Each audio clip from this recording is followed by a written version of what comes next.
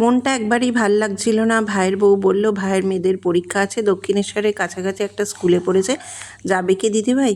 আমি সাথে সাথে রাজি হয়ে গেলাম। মাও চলে এলো আমাদের সাথে। তাই আমরা দক্ষিণেশ্বরের মন্দিরে চলে এলাম। দক্ষিণেশ্বর মন্দির তোমাদের তো সবারই চেনা, তাও যারা জানো না তাদের একটু ঘুরিয়ে দেখে দিচ্ছি। যে মা, আমি আর ভাইয়ের বউ বসে আছি একটা জায়গায়। পায়ে খুব ব্যথা হয়েছে, প্রচুর হেঁটেছি, আর আজ তো সারাদিন বৃষ্টি হয়েছে। যাই হোক, তার মধ্যেই একটু ফটো তুলে নিলাম মা আর আমি। তারপরে দেখো, এই মন্দির চত্বরটা ঘুরে দেখাচ্ছি তোমাদের। বাইরে থেকে, এটা বাইরে প্রাঙ্গণ, কারণ মন্দিরের ভিতরে তো কোনো ক্যামেরা বা ফটো কোনো অ্যালাউ নেই। ওই যে দেখা যাচ্ছে হাওড়া ব্রিজ। আর এখানে না প্রচুর মুনি ঋষিদের এবং বাংলার বিশিষ্ট ব্যক্তিদের সমস্ত স্ট্যাচু তৈরি হয়েছে, আগে যেটা ছিল না। ভালো লাগলো বেশ দেখে, প্রচুর প্রচুর স্ট্যাচু এবং সুন্দর সাজানো, বাগানের মতো করা এই পাশটা। গঙ্গার ধারটা দিয়ে, আগে আমরা এই গঙ্গার ধারে একটা মানে বসার জায়গা থাকতো, কিন্তু এখন সেটা অ্যালাউ নেই। দেখলাম এই স্ট্যাচু করে দিয়েছে আর সুন্দর সাজিয়ে দিয়েছে, ভালোই লাগছে দেখতে বেশ।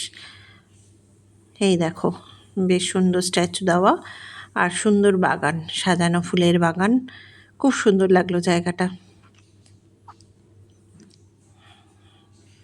তার উপরেই ওখান দিয়ে হাওড়া ব্রিজটা দেখা যাচ্ছে। সবাই তো জানো গঙ্গার ধারে অবস্থিত হাওড়া ব্রিজ দেখা যায় এরকম জায়গায় দক্ষিণেশ্বরের মন্দিরটা।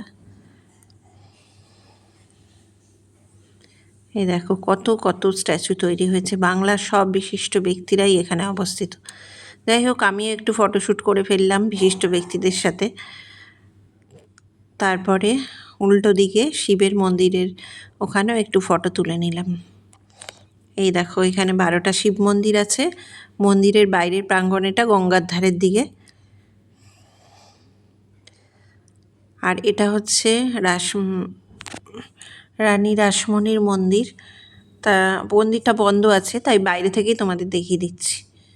আর এটা হচ্ছে একটা মানে অঙ্গন মতো করা, এখানে সমস্ত মানুষরা বিশ্রাম নেয়। তারা দূর থেকে আসে, দূর দিগন্ত থেকে এখানে খাওয়া দাওয়া করে। মন্দিরের ভিতরে তো কোনো আমিষ খাবার অ্যালাউ নেই।